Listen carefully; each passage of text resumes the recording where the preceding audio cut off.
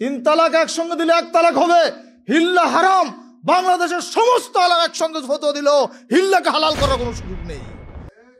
বাংলাদেশের বড় বড় স্কলার যারা তোমরা আছো, এখন বলতে গেলে হানাফি মাযহাবের বড় বড় স্কলার বাংলাদেশে যারা নাম করে যারা বক্তা আছো, তোমাদের একসঙ্গে বিবৃতি দেওয়া উচিত এখন যে হিল্লা বিবাহ হারাম, তাহলে হাজার হাজার জনতা এই হিল্লা থেকে বেঁচে যাবে। কিন্তু এই একটা ভ্রান্ত ফতোয়া জিয়ে রেখেছে দেশের এক শ্রেণীর আলেম ওলামা, মাযহাবের দোহাইতে জিয়ে রেখেছে। আল্লাহ এবং তার রাসূল সাল্লাল্লাহু আলাইহি ওয়াসাল্লাম লানত করেছেন যে হিল্লা করে এবং যার জন্য হিল্লা করা হয় 2 জনের উপর। স্পষ্ট হাদিস থাকার পরও শুধুমাত্র মাযহাবি গোরামি, মাযহাবের চশমা যখন চোখে থাকে তখন আর সঠিকভাবে সহিহ হাদিস আমরা দেখি না। হাদিস পেয়েছেন কোনো শর্ত নেই, আমার মাযহাবের সাথে মিললো কিনা, তরিকার সাথে মিললো কিনা, বাবার সাথে মিললো কিনা, বা হুজুরের সাথে মিললো কিনা, নুন আবার কোনো প্রয়োজন নেই। হাদিস সহিহ আমল শুরু করে দেন। আপনার কবরে হুজুর যাবে না কোনোদিনও, আপনার কবরে আপনার পীর যাবে না। মুনকার নাকির আপনাকে একা প্রশ্ন করে বলবে না, তোর হুজুরকে ছেড়ে জিজ্ঞেস করবে না। আহলে হাদিস আন্দোলন বাংলাদেশ, আসুন পবিত্র কুরআন ও সহিহ হাদিসের আলোকে জীবন গড়ি। আলহামদুলিল্লাহ আলহামদুলিল্লাহ নাহমাদুহু ওয়া নাস্তাঈনুহু ওয়া নাস্তাগফিরুহু ওয়া নু'মিনু বিহি ওয়া নাতাওয়াক্কালু আলাইহি ওয়া নাউযু বিল্লাহি মিন শুরুরি আনফুসিনা ওয়া মিন সাইয়্যাতি আ'মালিনা। من يهده الله فلا مضل له ومن يضلل فلا هادي له ونشهد أن لا إله إلا الله وحده لا شريك له ونشهد أن محمدا عبده ورسوله يا أيها الذين آمنوا اتقوا الله حق تقاته ولا تموتن إلا وأنتم مسلمون يا أيها الناس اتقوا ربكم الذي خلقكم من نفس واحدة وخلق منها زوجها وبث منهما رجالا كثيرا ونساء واتقوا الله الذي تساءلون به والأرحام إن الله كان عليكم رقيبا يا أيها الذين آمنوا اتقوا الله وقولوا قولا سديدا يصلح لكم أعمالكم ويغفر لكم ذنوبكم ومن يطع الله ورسوله فقد فاز فوزا عظيما. أما بعد فإن خير الحديث كتاب الله وخير الهدي هدي محمد صلى الله عليه وسلم وشر الأمور محدثاتها وكل محدثة بدعة وكل بدعة ضلالة وكل ضلالة في النار. فأعوذ بالله من الشيطان الرجيم واتقوا النار التي أعدت للكافرين. عن عبد الله بن عمرو رضي الله عنه قال قال رسول الله صلى الله عليه وسلم لا يأتين على أمتي كما أتى على بني إسرائيل هذو النعل بالنعل وإن بني إسرائيل تفرقت على 72 ملة وتفترق أمتي على 73 ملة كلهم في النار إلا ملة واحدة. قالوا من هم يا رسول الله؟ قال ما أنا عليه وأصحابي. رواه الترمذي. যাবতীয় প্রশংসা, যাবতীয় তারিফ বিশ্বজাহানের মালিক, বিশ্ব স্রষ্টা আল্লাহ রাব্বুল আলামিনের জন্য, যিনি আজকের এই পবিত্র দিনে তার এই পবিত্র গৃহে আমাদেরকে উপস্থিত হওয়ার তৌফিক দান করেছেন। সেজন্য অন্তর থেকে তার শুকরিয়া আদায় করি, সকলেই বলি আলহামদুলিল্লাহ। অতঃপর দরুদ ও সালাম বর্ষিত হোক বিশ্ব মানবতার মুক্তির দূত, বিশ্ব নবী, আখিরি নবী, সৈয়দুল মুরসালিন নবী মুহাম্মদুর রাসূলুল্লাহ সাল্লাল্লাহু আলাইহি ওয়াসাল্লামের উপর, যার রেখে যাওয়া আদর্শই মানবতার মুক্তির একমাত্র পথ। আল্লাহ রাব্বুল আলামিন আমাদেরকে পৃথিবীতে একটা অজানা সময়সীমা দিয়ে পাঠিয়েছেন। এই অজানা সময়ের মধ্যে কিছু কর্ম করতে হবে, যে কর্মগুলোর মাধ্যমে আমরা আখিরাতে আমাদের কাঙ্ক্ষিত জায়গা, কাঙ্ক্ষিত স্থান জান্নাত লাভ করতে পারব। আমরা জান্নাতে ছিলাম, আবার জান্নাতে যেতে হবে, সে টার্গেট নিয়ে মুমিনদের কাজ করা উচিত। প্রত্যেকটা মানুষই, প্রত্যেকটা মুমিনই জান্নাতে যেতে চায় যারা ঈমান এনেছে, কিন্তু আসলে কি সবাই তাদের কাঙ্ক্ষিত জায়গায় যেতে পারবে? পারবে না।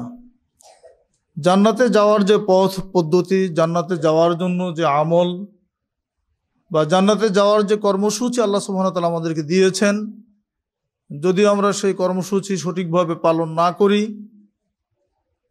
বা পালন করতে গিয়েও যদি আমরা নিজেদের মন গড়া মতো করি, আমাদের এই পালনটা যদি রাসূল করিম সাল্লাল্লাহু আলাইহি ওয়াসাল্লামের তরিকা মতো না হয়,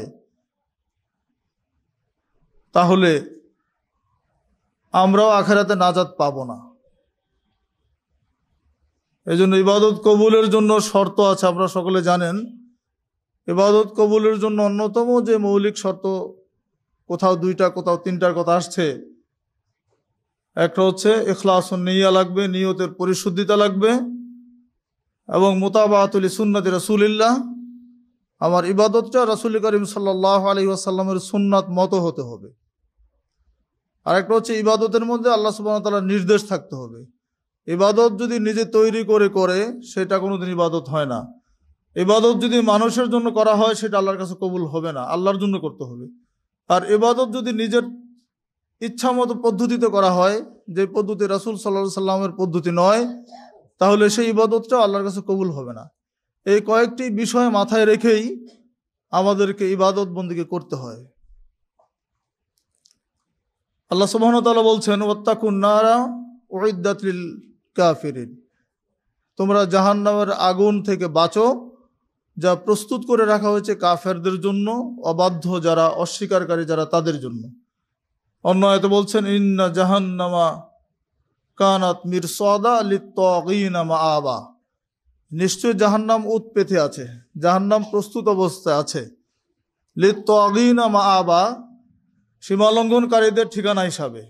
যারা সীমালঙ্ঘন করবে দুনিয়াতে, আল্লাহ সুবহানাহু ওয়া তাআলা কর্তৃক যে সীমা রেখা দেওয়া হয়েছে, তার রাসূল করিম সাল্লাল্লাহু আলাইহি ওয়াসাল্লাম কর্তৃক যে সীমা রেখা দেওয়া হয়েছে, এই সীমা অতিক্রম যারা করবে, অর্থাৎ শরীয়তের গণ্ডি অতিক্রম করে যারা চলবে এবং শরীয়তের কর্মসূচি যারা সঠিকভাবে পালন করবে না, ওই সমস্ত মানুষদের জন্যই জাহান্নাম নির্ধারণ করে রাখা হয়েছে। আমরা যারা মুসলমান, আমরা প্রত্যেকে জান্নাতে যাব এই আশা ইবাদত বন্দেগী করি। আমরা যে দলই করি না কেন, যে তরিকাপন্থী হই না কেন, যে আকীদা মানহাজের অনুসারী হই না কেন, প্রত্যেকেরই কিন্তু ইচ্ছা এবং টার্গেট হচ্ছে জান্নাত। এবং এটা আমাদের মানে দৃঢ় বিশ্বাসও বটে যে আমি যেই কাজটাই করছি আমি জান্নাতে যাব, কারণ আমার ঈমান আছে, বা আমার হুজুর এভাবে করতে বলেছেন সেজন্য আমি করছি, বা আমার মুরব্বী এটা বলেছেন সেটা আমি করছি। তো প্রত্যেকটার উদ্দেশ্য, নিয়ত কিন্তু ঠিক আছে, জান্নাতে যাব, কিন্তু তরিকার ক্ষেত্রে কি হচ্ছে ভেজাল। এজন্য রাসূল করিম সাল্লাল্লাহু আলাইহি ওয়াসাল্লাম যে হাদিসটি পাঠ করেছি, সেখানে তিনি বলে দিয়েছেন, লা ইয়াতিয়ান্না আলা উম্মতি কামা আতা আলা বনি ইসরাঈল হাদওয়ান না'ল বিন না'ল, আমার উম্মতের সাথে বনি ইসরাইলের মিল হবে, সাদৃশ্য হবে যেমন একজোড়া জুতা। বনি ইসরাইলের সাথে আমার উম্মতে মুহাম্মাদির সাদৃশ্য মিল হবে একজোড়া জুতার ন্যায়। একজোড়া জুতা যেমন একটার সাথে একটা মিল থাকে, ঠিক ওই দুই উম্মতের মধ্যে একই রকম মিল থাকবে। এই কথা বলার পরে তিনি যেই দিকটাতে মিলের কথা উল্লেখ করলেন সেটা হচ্ছে ওয়া ইন্না বানি ইসরাঈলা তাফাররাকাত আলা সাবঈনা মিল্লাহ ওয়া তাফতারিকু উম্মতি আলা সালাসি ওয়া সাবঈনা মিল্লাহ, যে বানি ইসরাঈলরা ৭২ দলে বিভক্ত হয়েছিল আর আমার উম্মত কি হবে ৭৩ দলে বিভক্ত হবে। বানি ইসরাঈলের মধ্যে দল ছিল ৭২টি আর আমার উম্মতের দল হবে ৭৩টি। যদিও এই সংখ্যাটা সীমাবদ্ধ কোনো সংখ্যা নয়, আরবি ভাষা অনুযায়ী অধিক সংখ্যকের ক্ষেত্রে এই শব্দগুলি ব্যবহৃত হয়। এই শব্দগুলি অধিক সংখ্যা বোঝানোর জন্য, অর্থাৎ ৭৩ না, অসংখ্য দল হবে, অসংখ্য তরিকা হবে। কুল্লুহুম ফিন্নার ইল্লা মিল্লাতা ওয়াহিদা, প্রত্যেকে জাহান্নামে যাবে, একটি মাত্র মিল্লাত, একটি মাত্র দল তারা জান্নাতে যাবে। তখন সাহাবা একরাম জিজ্ঞেস করলেন, একটু আশ্চর্য হলেন, এত দলের মধ্যে আবার উম্মতে মুহাম্মাদি, আমার উম্মতের মধ্যে এতগুলো দল, তাহলে এত দলের মধ্যে একটি দল জান্নাতে যাবে আর বাকি সকল দল জাহান্নামে যাবে। সাহাবা একরাম জিজ্ঞেস করলেন, মানহুম ইয়া রাসূলুল্লাহ, হে আল্লাহ রাসূল সাল্লাল্লাহু আলাইহি সাল্লাম, এই দলটির পরিচয় কি? যে দলটি জান্নাতে যাবে অসংখ্য দল ও তরিকার মধ্যে, অসংখ্য পথ ও মতের মধ্যে, এই দলটির পরিচয় কি বা এই দলটি কোনটি? তখন রাসূল করিম সাল্লাল্লাহু আলাইহি সাল্লাম বললেন, মা আনা আলাইহি ওয়া আসহাবি, মা আনা আলাইহি ওয়া আসহাবি আল ইয়াউম। আসার এক জায়গায়, আমি এবং আমার সাহাবীরা যেই আকীদা আমলের উপরে আছে, যার উপরে প্রতিষ্ঠিত আছে, মা আনা আলাইহি ওয়া আসহাবি, আমি এবং আমার সাহাবীরা যার উপরে আছি তার উপরে যারা থাকবে তারা জান্নাতে যাবে। একটা সোজা অর্থ। আল ইয়াউম মানে আজকের দিনে রাসূলুল্লাহ সাল্লাল্লাহু আলাইহি সাল্লাম এবং তার সাহাবীদের যে আমল হবে, তারা সেই সময় যে আমল করেছেন, তাদের যে আকীদা মানহাজ ছিল, সে আকীদা মানহাজের অনুসারী যারা হবে তারা জান্নাতে যাবে। অন্য রাওয়ায়াতে আসছে সিনতান ওয়া সাবঈনা ফিন্নার ওয়া ওয়াহিদাতুন ফিল জান্নাহ ওয়া হিয়াল জামা, ৭২টা জাহান্নামে যাবে, একটি দল জান্নাতে যাবে, এটার নাম হচ্ছে আল জামাআত। আল জামাত বলতে এখানে বোঝানো হয়েছে আল জামাআতুস সাহাবা। আল জামাআতুস সাহাবা মানে সাহাবীদের জামাত, যেটা আল মুওয়াফিকুনা লি জামাআতিস সাহাবা ওয়াল আখিযুনা বিআকাইদিহিম, যারা সাহাবীদের জামাতের মুওয়াফিক হবে এবং তাদের আকীদা ধারণকারী হবে, ওয়াল মুতামাসসিকুনা বিতরিকাতিহিম, এবং যারা তাদের তরিকার অনুসারী হবে, সনিষ্ঠ অনুসারী যারা হবে, এই দলটা হচ্ছে নাজাত প্রাপ্ত দল। এটাই সাহাবীদের জামাত। জামাত বলতে কোনো জামাত বা কোনো দলকে বোঝানো হয়নি, অর্থাৎ দুই হাদিসের মর্ম একই, দুই রাওয়ায়াতের, মা আনা ওয়া আসহাবি এবং আল জামা একই অর্থ মিন করছে এখানে, যে সাহাবীদের জামাত। আর আমি এবং আমার সাহাবীরা যেই আকীদা আমলের উপরে থাকবো, এই পথে যারা থাকবে তারা জান্নাতে যাবে। সুবহানাল্লাহ। বলেন, এখানে কিন্তু কোনো দল ইন্ডিকেট করে রাসূলুল্লাহ সাল্লাল্লাহু আলাইহি ওয়াসাল্লাম বলেন না যে এই দলটা জান্নাতে যাবে, বা কোনো মাযহাবের নাম বলেন নাই, কোনো তরিকার নাম বলেন নাই। একটা তরিকা বলে দিয়েছেন, একটা মূলনীতি বলে দিয়েছেন। এই মূলনীতির আলোকে যারা চলতে পারবে সারা পৃথিবীতে, যে প্রান্তেরই মানুষ হোক না কেন, তারাই কিন্তু এক মিল্লতের মানে এক মিল্লতের অন্তর্ভুক্ত হয়ে যাবে। মা আনা আলাইহি ওয়া আসহাবি, আমি এবং আমার সাহাবীদের যে আদর্শ, এই আদর্শ যারা ধারণ করবে, সেটা বাংলাদেশের হতে পারে, আমেরিকার হতে পারে, লন্ডনের হতে পারে, অন্যান্য পৃথিবীর যে কোনো প্রান্তের মানুষ মুসলমান হোক না কেন, যারা এই আদর্শের অনুসারী হবে তাদের মিল্লত কিন্তু একটাই, ওই মিল্লতটাই কিন্তু জান্নাতে যাবে। এই মিল্লাতের নাম রাসূলুল্লাহ সাল্লাল্লাহু আলাইহি ওয়াসাল্লাম বলেন নাই, কিন্তু পরবর্তীতে এসব মুহাদ্দিসিনে কেরাম নাম বলতে গিয়ে তারা আহলে হাদিসদেরকে বিন করেছেন। যেমন ইমাম বুখারী রাহিমাহুল্লাহর উস্তাদ আলী ইবনে মাদিনী রাহিমাহুল্লাহ 161 হিজরিতে জন্ম, সেই আমলের মানুষ। তিনি বলছেন যে এই যে দলটির কথা বলা হচ্ছে, যারা নাজাত পাবে, এই দলটির পরিচয় বলতে গিয়ে তিনি বলছেন হুম আহলুল হাদিস ওয়াল্লাযীনা ইয়াতাআহাদুনা মাযাহিবার রাসূল। এই দলটির পরিচয় হচ্ছে, তাদের নাম হচ্ছে আহলে হাদিস। ওয়াল্লাযীনা ইয়াতাআহাদুনা মাযাহিবার রাসূল ওয়া ইয়াযুব্বুনা আলাল ইলম, কারণ তারা রাসূলের মাযহাব সংরক্ষণ করে, তাদের ইলম কোরআন এবং হাদিসের পক্ষে থাকে, আর বিপক্ষে তারা প্রতিরোধ গড়ে তোলে। ওয়ালাউল্লাহুম লাম নাজিদারিল মুতাজিলাতি ওয়ার রাফিজাতি ওয়াল জাহমিয়াতি ওয়া আহলিল ইরজা'i ওয়ার রা'i শাইআম মিনাস সুনান। তিনি আরো স্পষ্ট বলে দিয়েছেন, যদি এই আহলুল হাদিস জামাত পৃথিবীতে না থাকতো তাহলে আমরা মুতাজিলা, রাফিজি, শিয়া, মুরজিয়া, আহলুর রায়, অনেকগুলো দলের কথা বলে উল্লেখ করে তিনি বলছেন আমরা তাদের কাছ থেকে শরীয়তের কিছুই পেতাম না, কারণ প্রত্যেকে ইসলামকে বিকৃত করেছে, প্রত্যেকটা তরিকা ইসলামের ক্ষতি করেছে। তাহলে তার বিপরীতে আহলুল হাদিস জামাতের কথা বলতে গিয়ে তিনি বলছেন যে এরা হচ্ছে, যদি এরা না থাকতো পৃথিবীতে তাহলে আমরা এই সমস্ত দলের কাছ থেকে সঠিক ইসলামটা পেতাম না। ফাকাদ জাআলা রাব্বুল আলামিন আত-তাইফাতাল মানসুরা হুরাসাদ-দ্বীন। সুবহানাল্লাহ। তিনি আরো বলেছেন আল্লাহ সুবহানাহু ওয়া তাআলা এই বিজয়ী দলকে দ্বীনের কি করেছেন? পাহারাদার নিযুক্ত করেছেন, দ্বীনের পাহারাদার নিযুক্ত করেছেন। হুরাসাদ-দ্বীন, তারা দ্বীনকে পাহারা দিচ্ছে। এখন বলবেন দ্বীনকে আবার পাহারা দিয়ে কি হবে? দ্বীন পাহারা দেওয়ার কি আছে? দ্বীনকে পাহারা দেওয়ারই প্রয়োজন সবচেয়ে বেশি, কারণ আপনার দ্বীনকে বিকৃত করছে দেশের সারা বিশ্বের স্বার্থপর আলেম ওলামারাই, দ্বীনকে বিকৃত করছে, রাসূলের সুন্নাতকে বিকৃত করছে। এই যে সাম্প্রতিক ঘটনা বলেন, বাংলাদেশে একটা মাশহুর একটা মাসালা, যেটা তালাকের ফতোয়া, আহলে হাদিসরা যুগ যুগ ধরে বলে আসছে তালাক সম্পর্কে, যে এক বৈঠকে যদি 1000 তালাকও দেয় তাহলে একটাই তালাক হবে, একাধিক তালাক হয় না। কিন্তু এই একটা ভ্রান্ত ফতোয়া জিয়ে রেখেছে দেশের এক শ্রেণীর আলেম ওলামা, মাযহাবের দোহাই দিয়ে জিয়ে রেখেছে।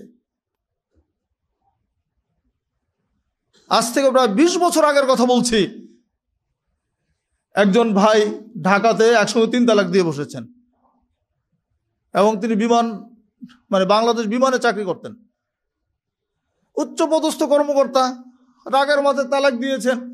এখন তালাকের পরে বুঝতে পারছেন যে কাজটা তো ঠিক হয় না, আমার তো কি করে 2টা মেয়ে আছে, এই অবস্থায় সংসার যদি বিচ্ছিন্ন হয়ে যায় উপায় কি? তখন তিনি ঢাকার বড় বড় যত আলেম ওলামা আছেন সবার কাছে গিয়েছেন, সবারই ফতোয়া, বিবি তালাক হয়ে গেছে, এখন হিল্লা করতে হবে, নাউজুবিল্লাহ।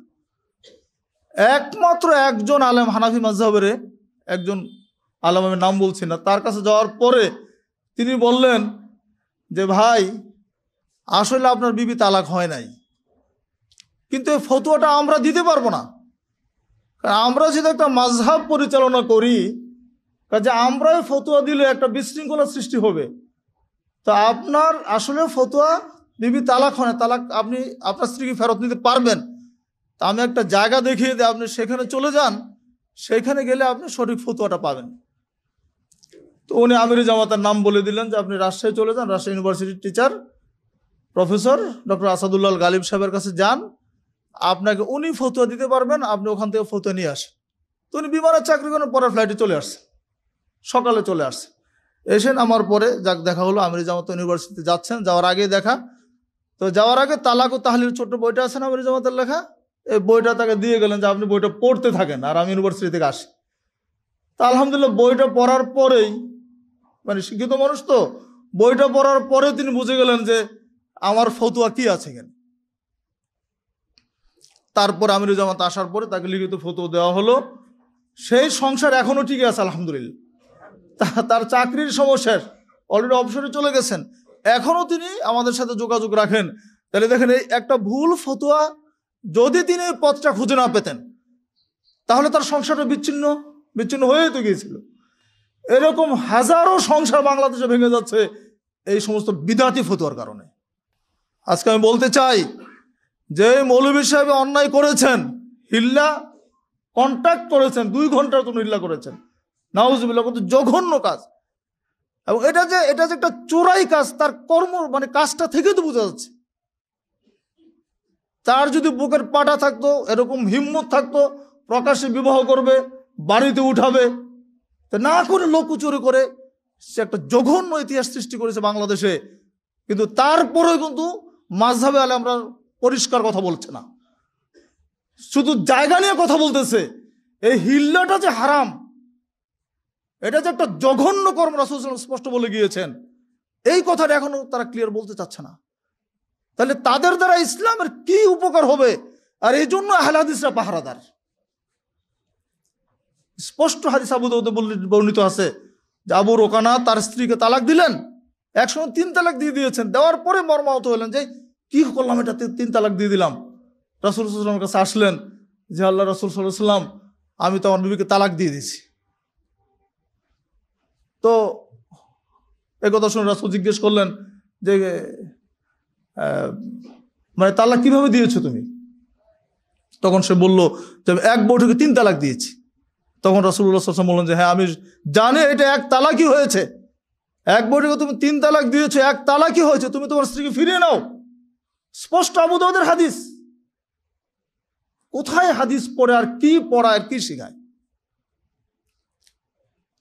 সরাসরি সাহাবীদের আমল আছে, 3 তালাক একসঙ্গে দিলে 1 তালাক হবে। আল্লাহ সুবহানাহু ওয়া তাআলা স্পষ্ট বলে দিয়েছেন আত-তালাকু মাররাতান, তালাক 2 বার। তাহলে এত মানে শরীয়তের এত গুরুত্বপূর্ণ একটি মাসালা, যেখানে মানুষের দাম্পত্য জীবন রয়েছে, যেখানে সংসার রয়েছে, ভবিষ্যৎ রয়েছে, আমাদের জেনারেশনের সম্পর্ক যেখানে আছে, সেইখানে এরকম একটা ফালতু ফতোয়া দিয়ে সমাজটাকে ধ্বংস করে দিচ্ছে।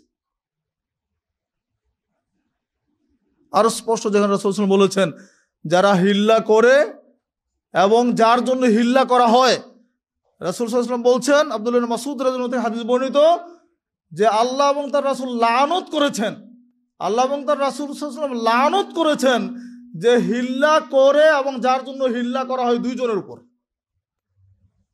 এই হাদিসগুলিকে আমরা পড়ি না। আরেকটা হাদিস রাসূল বলছেন সাহাবীদেরকে, আমি কি তোমাদেরকে ভাড়াটের সার সম্পর্কে বলবো? আমি কি ভাড়াটিয়ার সার সম্পর্কে তোমাদেরকে জানাবো? তখন সাহাবীরা বলেন, হে রাসূল বলেন। ওই যে হিল্লা করায় যে সে হচ্ছে ভাড়াটিয়া সার, নাউজুবিল্লাহ। তাহলে এতগুলো সুস্পষ্ট হাদিস থাকার পরও শুধুমাত্র মাযহাবি গোরামি, মাযহাবের চশমা যখন চোখে থাকে তখন আর সঠিকভাবে সহিহ হাদিস আমরা দেখি না। এজন্য চশমার চোখ থেকে রঙিন চশমা খুলতে হবে আগে। নিরপেক্ষভাবে হাদিস অনুসরণ করতে গেলে মাযহাবি চশমা খুলতে হবে, কারণ রঙিন চশমা চোখে দিলে পৃথিবীটা রঙিন মনে হয়। আমি যেই মাযহাবের চশমা চোখে লাগাই, আমার কাছে মনে হয় যে সব কিছু মাযহাব দিয়ে যাচাই করি। জি না ভাই, আপনার মাযহাবকে হাদিস দিয়ে যাচাই করেন, হাদিসকে মাযহাব দিয়ে যাচাই করতে যাবেন কেন? এই অধিকার কে দিয়েছে আপনাকে? আপনার মাযহাব কবে এসেছে আর হাদিস কবে এসেছে?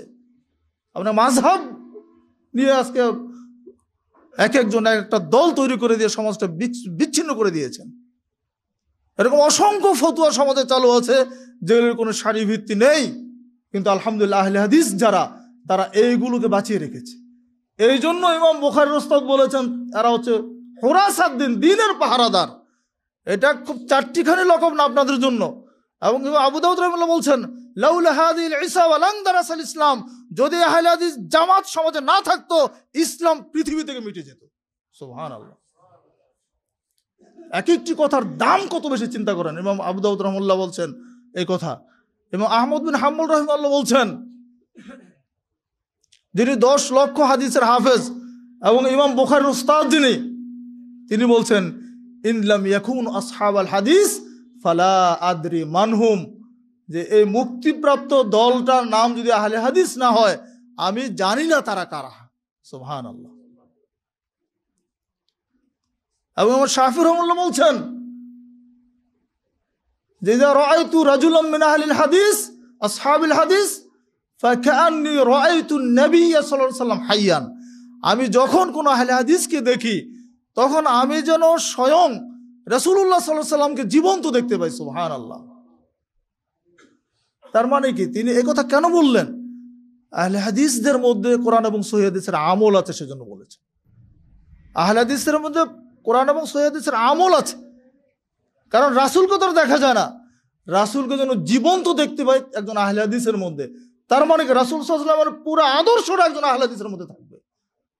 আর আহলে হাদিস সত্যিকার অর্থে তাকেই বলা হয় যার মধ্যে রাসূল সাল্লাল্লাহু আলাইহি ওয়াসাল্লামের পরিপূর্ণ আদর্শ আছে। রাসূল সাল্লাল্লাহু আলাইহি ওয়াসাল্লামের যে আদর্শ না থাকে আমাদের কারোর মধ্যে, আপনি নিজেকে আহলে হাদিস বলে দাবি করতে পারেন না। আপনার মধ্যে যদি সুন্নাহ না থাকে, আপনার মধ্যে রাসূল সাল্লাল্লাহু আলাইহি ওয়াসাল্লামের ইত্তেবা যদি না থাকে, আপনার মধ্যে যদি শরীয়ত বিরোধী কর্ম থাকে, হারাম থাকে, আপনার মধ্যে যদি ইসলাম বিদ্বেষী কর্ম থাকে, তাহলে আপনি আহলে হাদিস নন। আপনি যদি চুরি করেন, আপনি যদি ডাকাতি করেন, আপনি যদি সুদখোর হন, ঘুষখোর হন, আপনি যদি দুর্নীতিবাজ হন, আপনি ব্যবসা করতে গিয়ে যদি আপনি 2 নম্বরই করেন, আপনি যদি ওজনে কম দেন, আপনি যদি হারাম পণ্যের ব্যবসা করেন, ব্যবসা করতে যদি মিথ্যা শপথ করে বিজনেস ব্যবসা করেন, তাহলে আপনাকে আমরা আহলে হাদিস বলতে রাজি না।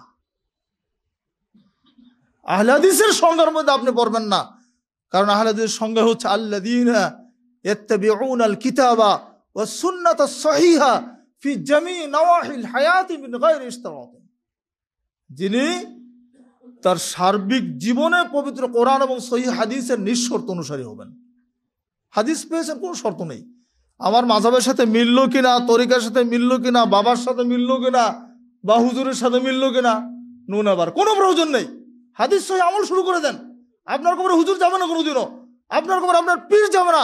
মুনকার নাকির আপনাকে একা প্রশ্ন করে বলবে না, তোর হুজুরকে ছেড়ে জিজ্ঞেস করবে না।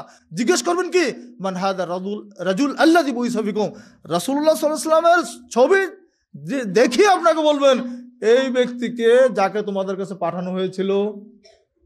তখন যদি আপনি রাসূলের অনুসারী না হন, তাহলে বলতে পারবেন? অসম্ভব, বলতেই পারবেন না। রাসূলুল্লাহ সাল্লাল্লাহু আলাইহি ওয়াসাল্লামের অনুসরণ করবেন না। আর কবরে যখন আপনাকে লাশ রাখা হয়, মাইয়াতকে কবরে রাখার সময় কি বলি আমরা? বিসমিল্লাহ ওয়া আলা মিল্লাতি রাসূলিল্লাহ। বাহ, কত সুন্দর কথা। আল্লাহর নামে, রাসূলের মিল্লতে তরিকা আমি তোমাকে কবরে শোয়াচ্ছি। সারা জীবন কিন্তু রাসূলের তরিকা ছিল না, সারা জীবন কিন্তু রাসূলের মিল্লতের উপর ছিল না। তো রাসূলের মিল্লতে না থেকে কবরে শোয়ানোর সময় কথা বলে কি লাভ হবে? প্রশ্ন তো করা হবে রাসূল সম্পর্কে, দিন সম্পর্কে। তা আপনি যদি দিনের অনুসারী না হন সত্যিকার অর্থে, তাহলে কোনোদিন আপনি বলতে পারবেন না। সম্মানিত দিনী ভাইয়েরা, আহলে হাদিস সত্যিকার অর্থে আপনাকে আহলে হাদিস হতে হবে। আহলে হাদিস নামে আহলে হাদিস হয়ে, আমার বাবা আহলে হাদিস ছিল, আমি বংশীয় আহলে হাদিস, কিন্তু আমি সেকুলারিজমে বিশ্বাসী।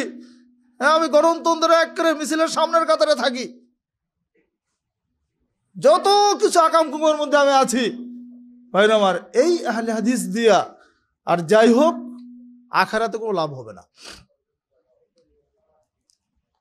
আমাদের সবাইকে সার্বিক জীবনটা পবিত্র কোরআন এবং সহিহ হাদিসের আলোকে ঢেলে সাজাতে হবে। রাসূলুল্লাহ সাল্লাল্লাহু আলাইহি ওয়াসাল্লাম এবং তার সাহাবীদের যে আকীদা মানহাজ ছিল, তাদের যে তরিকা ছিল, সেই তরিকার অনুসারী ব্যতীত কেউ জান্নাতে যেতে পারবে না। রাসূলুল্লাহ সাল্লাল্লাহু আলাইহি ওয়াসাল্লামের সুপারিশ ব্যতীত কোনো নবীর সুপারিশ সেদিন চলবে না। রাসূলুল্লাহ সাল্লাল্লাহু আলাইহি ওয়াসাল্লাম তার মেয়েকে পর্যন্ত শক্ত ধমক দিয়েছেন, আনকিদি নাফসাকা মিনান নার সালিনি মা শি'তি মিন মালি। অথচ আমাদের হুজুররা বলে যে জান্নাতে নিয়ে যাবে, সার্টিফিকেট দিয়ে দিচ্ছে। ইয়া ফাতেমা বিনতে মুহাম্মদ, হে মুহাম্মদের মেয়ে ফাতেমা, শুনো, আনকিদি নাফসাকা মিনান নার, তুমি নিজেকে জাহান্নামের আগুন থেকে বাঁচাও। সালিনি মা শি'তি মিন মালি, আমার কাছ থেকে দুনিয়াতে যদি তোমার কোনো মাল সম্পদ টাকা পয়সা চাওয়ার থাকে চেয়ে নাও, কিন্তু নিজেকে তুমি নিজেই জাহান্নামের আগুন থেকে বাঁচাও।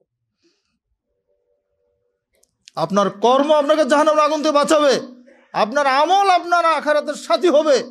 দুনিয়ার কোনো জিনিস, টাকা পয়সা কিচ্ছু আপনার সাথে যাবে না। ইয়াতবাউল মাইয়িতা সালাসা আহলুহু ওয়া মালুহু আমালুহু ফায়ারজু ইসনানা ওয়া ইয়াবকা ওয়াহিদ। রাসূলুল্লাহ সাল্লাল্লাহু আলাইহি ওয়াসাল্লাম বলেছেন, মানুষ যখন মৃত্যুবরণ করে, লাশটা যখন কবরে নিয়ে যায়, তাকে 3টি জিনিস অনুসরণ করে। সালাস, আহলুহু ওয়া মালুহু ওয়া আমালুহু, তার আহাল পরিবার, তার মাল এবং তার আমল। ফায়ারজু ইসনানে ওয়া ইয়াবকা ওয়াহিদ, রাসূল বলছেন 2টা ফিরে চলে আসে, আর একটা শুধু তার সাথে থাকে। 2টা কি ফিরে আসে? ইয়ারজু আহলুহু ওয়া মালুহু, তার আহাল পরিবার তাকে দাফন কাফন করে ফিরে চলে আসে, তার মাল সম্পদ ফিরে চলে আসে, মানে তার সাথে কোনো মাল সম্পদ যায় না, তাহলে কি বাকি থাকে? ওয়া বাকা আমালহু, শুধু আমলটা তার বাকি থাকে, তার সাথে থাকে। আপনার আমল, আপনার কর্ম, এটি হচ্ছে আপনার সাথী, এটি হচ্ছে আপনার বন্ধু। দুনিয়ার কোনো কিছু, টাকা পয়সা, বাড়ি গাড়ি, অর্থ সম্পদ, যা কিছু কামাই করতেছেন, রোজগার করতেছেন, কিচ্ছু যাবে না। দেখেন না, দুনিয়াতেই তো থাকতে পারতেছে না। টাকার অভাব ছিল, টাকার বিছানায় তো ঘুমও পারছে একসময় বাংলাদেশের বড় বড় নেতারা, যারা নেতা কথা ছিল। যারা রক্ষক তারাই তো ভক্ষক বাংলাদেশ। যে পুলিশ ভাইরা মাশাআল্লাহ কি জনগণের নিরাপত্তা দেন, সে পুলিশ প্রধানের সম্পদের অভাব না, বিশাল পাহাড়। আইন আদালত বলবেন, এই যে বিচার বিভাগের স্বাধীনতার কত কাহিনী আমরা শুনলাম, স্বাধীন বিচার ব্যবস্থা হয়ে গেছে, তো এখন সব বিচারের রায় পরিবর্তন হয়ে যাচ্ছে। তাহলে ওই রায়গুলি কেমনি দিয়েছিল, এখন কেমনি দিতেছে, তা আবার যখন আরেকটা সরকার আবার এগুলি পাল্টাবার আরেকটা দিবে। এই জন্য বলছি, এই দলীয় তন্ত্র দিয়ে কোনোদিন সুশাসন হয় না। এগুলি স্রেফ ধোঁকাবাজি। গণতন্ত্র মানে একটা কি বলো, মানে ঝগড়াতন্ত্র, মারামারি তন্ত্র, এটা একটা জাহিলিয়াত। এই জাহিলিয়াত থেকে জাতি কোনোদিন বের হইতে না পারবে যতদিন পর্যন্ত, ততদিন পৃথিবীতে কোনো দেশে শান্তি আসবে না। এটা পরিষ্কার বক্তব্য, আগেও বলেছি আমরা, এখনো বলছি, যতদিন বেঁচে থাকবে এই কথা বলবো। কারণ ইসলাম এটি আমাদের শিক্ষা দিয়েছে। ইসলামী খেলাফতের যে রূপরেখা আছে, ইসলাম তো কমপ্লিট কোড অফ লাইফ। আলিয়মা আকমালতু লাকুম দীনাকুম, আল্লাহ ডিক্লেয়ার করে দিয়েছেন এই কথা। এবং তিনি তো রাজনীতি দিয়েছেন আমাদেরকে, তিনি তো আমাদের অর্থনীতি দিয়েছেন, সমাজনীতি দিয়েছেন, সংস্কৃতি দিয়েছেন, ব্যবসা বাণিজ্য দিয়েছেন। আল্লাহ কোনটার পদ্ধতি রূপরেখা আমাদেরকে দেন নাই? কোনটার সংবিধান তোমাকে বানাইতে বলতেছে? সব কিছু কিন্তু আল্লাহ সংবিধানে দিয়ে দিয়েছেন, শুধু প্রয়োগ করা দরকার। আল্লাহর সংবিধান, এলাহি সংবিধানকে তাকের মধ্যে সাজায় রেখা, আর মূর্খ কিছু মানুষ পার্লামেন্টে যাচ্ছে, যেখানে মাত্র বয়সের বারে চলে যেতে পারে, ডিগ্রির দরকার নেই, তারা আগে আইন রচনা করে। আর এদেশের সর্বোচ্চ শিক্ষিত জনতা যারা, শিক্ষিত যারা জজ সাহেবরা, তারা সে আইনটা বাস্তবায়ন করে। এই হচ্ছে একটা মূর্খের শাসন। অপ্রিয় সত্য কথা এগুলো বন্ধুরা আমার, এইগুলো থেকে বেরিয়ে আসতে হবে। ধর্মীয় ক্ষেত্রে আহলে হাদিস আন্দোলন সংস্কার করেছে। যত বাতিল ফতোয়া আছে, আহলে হাদিসরা যুগ যুগ ধরে বিরুদ্ধে কথা বলেছে। যত বিদাত আছে শরীয়তের মধ্যে, আমলের মধ্যে, তার বিরুদ্ধে বাংলাদেশে আহলে হাদিসরা সবচেয়ে আগে কথা বলেছে। আহলে হাদিসরা মাইর খেয়েছে, আহলে হাদিসরা সমাজচ্যুত হয়েছে, মসজিদ থেকে বের করে দেওয়া হয়েছে, ঈদগাহ থেকে বের করে দেওয়া হয়েছে, অসংখ্য মসজিদকে তারা দখল করে নিয়েছে, শুধু আহলে হাদিসের হক ফতোয়ার কারণে। এই বাতিলরা এগুলো করেছে, এখনো তারা করে চলেছে। কিন্তু তারপরও রাসূলুল্লাহ সাল্লাল্লাহু আলাইহি ওয়াসাল্লামের সেই বাণী, লা তাযালু তায়ফাতু মিন উম্মতি যাহিরিন আল হক লা ইয়াদুররুহুম মান খাযালাহুম হাত্তা ইয়াতি আমরুল্লাহি ওয়া হুম কাযালিক। কিয়ামত পর্যন্ত একটা দল সব সময় হকের উপরে দৃঢ় থাকবে। চক্রান্তকারী, পরিত্যাগকারী যারা, তারা তাদের কোনো ক্ষতি করতে পারবে না। এইভাবে কিয়ামত এসে যাবে, হকপন্থী একটা দল থাকবে, এটা রাসূলের ভবিষ্যৎবাণী। এই জন্য আহলে হাদিসরা বুক ফুলিয়ে কথা বলে। আহলে হাদিসের সাথে বুকে বল আছে, তাদের সাথে দলিল আছে, তাদের সাথে আল্লাহর বিধান আছে। এই জন্য তারা স্পষ্ট করে কথা বলে দেয়, এটা সুন্নাত, এটা বিদাত, তুমি মানো কি মানো সেটা আমার আসে যায় না। 3 তালাক একসঙ্গে দিলে 1 তালাক হবে, হিল্লা হারাম। বাংলাদেশের সমস্ত আলেম একসঙ্গে ফতোয়া দিল, হিল্লাকে হালাল করার কোনো সুযোগ নেই।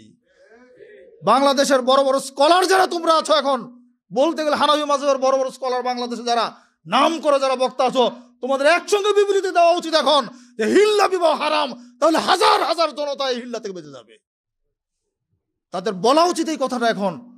এত বড় জঘন্য কর্মের পর যদি আলেমদের হুঁশ না ফিরে, আফসোস, বড়ই আফসোস তাদের জন্য। বন্ধুরা আমার, হক চির হকই, হক সত্য সত্যই, মিথ্যা দিয়ে সত্যকে ঢাকা যায় না। শাক দিয়ে যেমন মাছ ঢাকা যায় না, হাজারো মিথ্যা দিয়ে একটা হককে ঢাকা যাবে না। 3 তালাকের ফতুয়া এটাই সত্য। 1 বৈঠকে 3 তালাক দিলে 1 তালাক হবে, 1000 তালাক দিলে 1 তালাক হবে। তালাকের বৈধ পদ্ধতি হচ্ছে, আপনি স্ত্রীকে যদি রাখতে না চান, তালাক দিবেন 1 তুহুরে, 1 মাস পর আর একটা তালাক দিবেন। এই 1 মাসের মধ্যে চিন্তা করার সুযোগ ইসলাম দিয়েছে যে আমি ভুল করেছি। স্ত্রীও বুঝতে পারবে যে হায়, আমার মনে ভুল হয়ে গেছে, আমাদের তালাক দিয়ে দিচ্ছে, ঠিক আছে, সংশোধন হয়ে যায়, আবার রাজাত করতে পারবেন, ফিরিয়ে নিতে পারবেন। তারপরে হলো না, 2য় তালাক দিয়ে দিয়েছেন 2য় মাসে, এর পরের তুহুর পর্যন্ত আবার সুযোগ আছে, আরো বুঝে পড়ার সুযোগ আছে, 2 মাস ব্যাপী সুযোগ আছে, আপনি তাকে ফিরিয়ে নিতে পারবেন। 2 মাসের মধ্যে ফিরিয়ে নেন নাই, কিন্তু তৃতীয় তালাকও দেন নাই। এবার আপনি বসে থাকেন, ইদ্যত পার হয়ে গেছে, শরীয়ত আর এর পরেও সুযোগ দিয়েছে ওই স্ত্রীকে আপনি আবার নতুন বিবাহের মাধ্যমে নিতে পারবেন। সুবহানাল্লাহ, কত সুযোগ দিয়েছে শরীয়ত। আপনি 1 তালাক দিয়ে আর দেন নাই, 6 মাস পার হয়ে গেছে, স্ত্রীকে রাজা তো করেন নাই, ফেরতও নেন নাই। এখানে শরীয়ত কি বলছে? আপনি আবার নতুন বিবাহ করে ওই স্ত্রীকে নিতে পারবেন, যতক্ষণ না বৈধভাবে নিয়মতান্ত্রিকভাবে 3টা তালাক হয়ে যাবে। যখন 3 তালাক হয়ে যাবে তখন ওই স্ত্রীকে নেওয়ার কোনো সুযোগ নেই।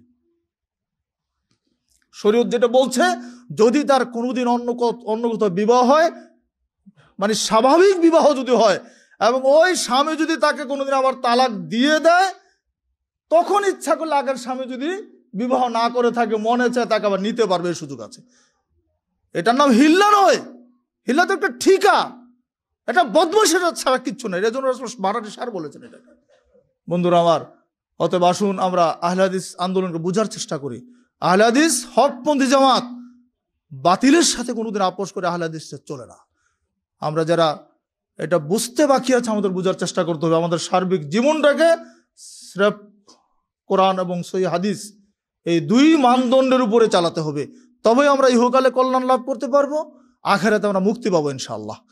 আল্লাহ রাব্বুল আলামিন আমাদেরকে তৌফিক দান করুন, আমিন। আকুলু কাউলি হাযা ওয়া আস্তাগফিরুল্লাহ ওয়া লাকুম।